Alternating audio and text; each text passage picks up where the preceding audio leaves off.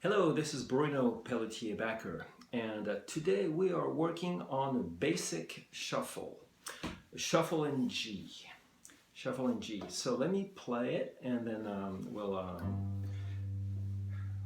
take it apart. So 1, 2, 3, 4.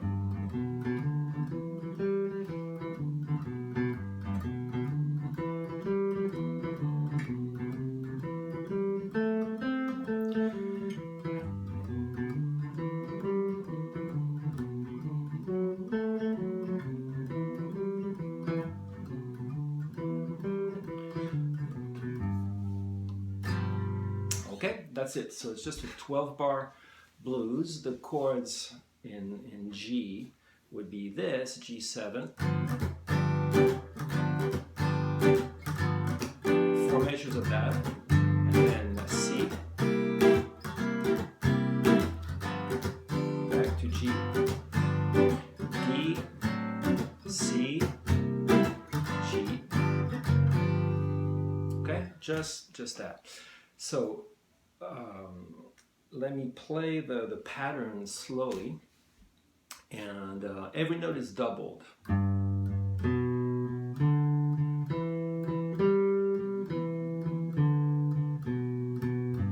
Okay, that's the first cycle. So what we're really doing is outline the G chord. So I have G, B, D, and then that next note would be the 6th. We don't really need to know that, but for those of you who are interested in knowing a little bit of the theory here, that's exactly where the chord is. It's a G6, G, B, D, E, and then it goes back to the octave, back to the G. We are actually following what would be a G major pentatonic shape here, right? That's my G major pentatonic, G, A, B, D, E, G, and the shuffle pattern that we're using skips the A. We go directly from the G to the B, and then the D, and then the E note is our 6. So at first, instead of doubling every note, I would recommend that you do it as single strokes, as thinking quarter notes. So it'd be 1, 2, 3, 4, 1, 2, 3, 4, again 1, 3, 4, 1, 2, 3, 4. All right. Once you have that down, you can do the same thing from the C note. Same exact position, same exact fingering, but now we'll be starting from the C note on the 5th string. It would be this. Only once, and then it goes back to G one time now, and then we go to the D chord. If this is really new to you, you could actually use the exact same fingering you were using for the C pattern. So, but now starting on D, and then go down 2 frets, back to C, and then finish with. So it would give us this in time. In fact, let me do this with the metronome. 1, 2, 3, 4. So quarter notes.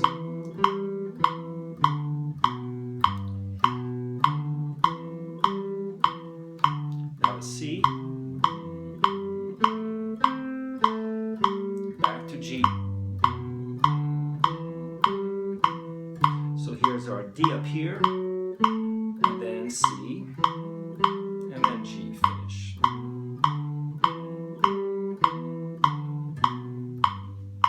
All right. Now, eventually, what I would like you to do is, instead of moving up 2 frets to get the D pattern, stay in the same position that you are in, but then start with the D with the 4th finger. So you would have this pattern. Notes are the same. D, F sharp, A, back to F sharp, and then still in the same position from the C, and then finish with. Okay, let me do this one then with the metronome. 1, 2, 3, 4.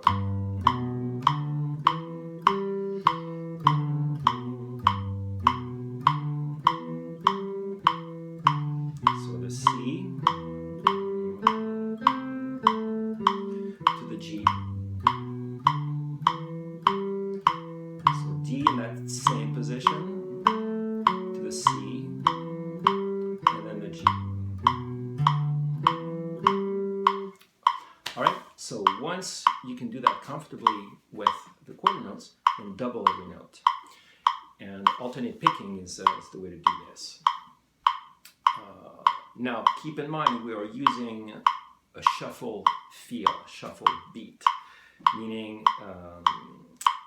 the first partial, in other words, those are not exactly eighth notes we're playing.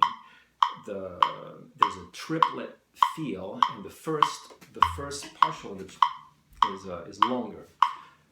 Let me just play this instead of getting lost in explanations here. So we have this, so 1, 2, 3, 4.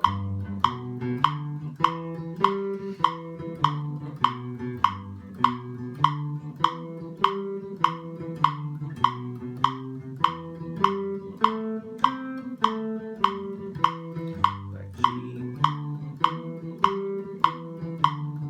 D, C, and then G.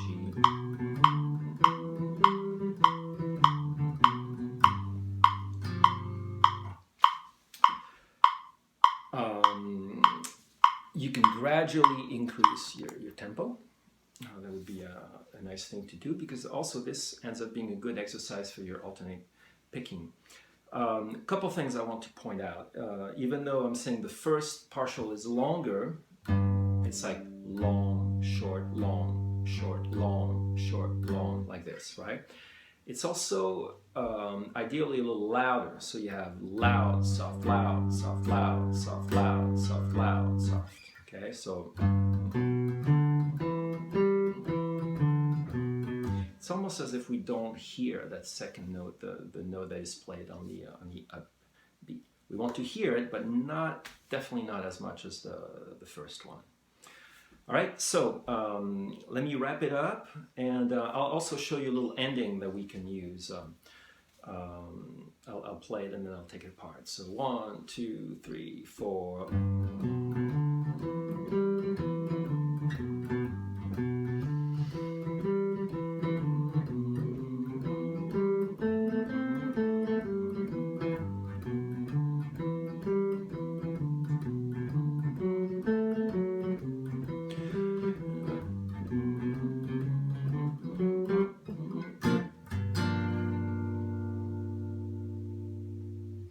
So what did I do here? At the end, I went.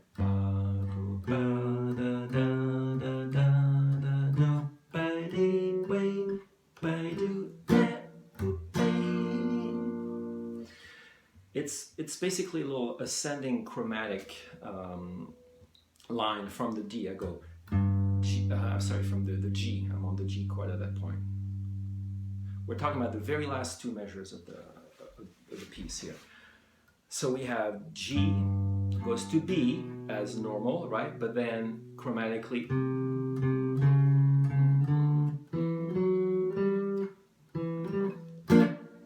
The chord I'm using here is some sort of a G7 sharp 9.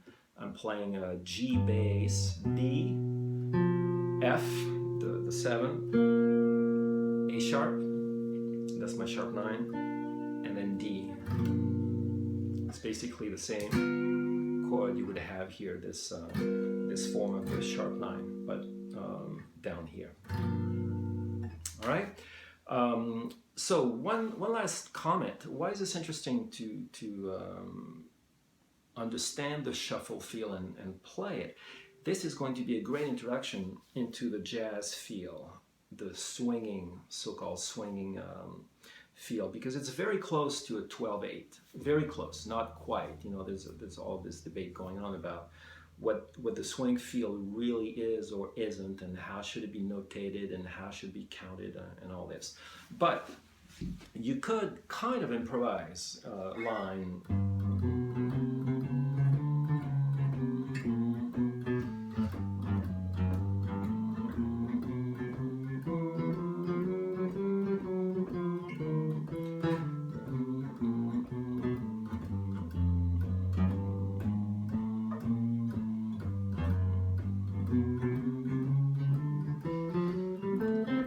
now I'm not doubling. Instead of doubling all my notes, I can actually play a continuous flow of eighth notes.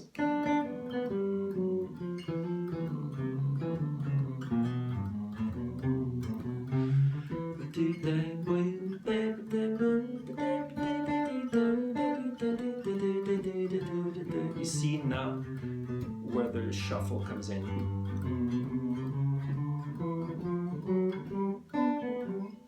And so on. So it's a good approach to starting to hear what could be a swing feel.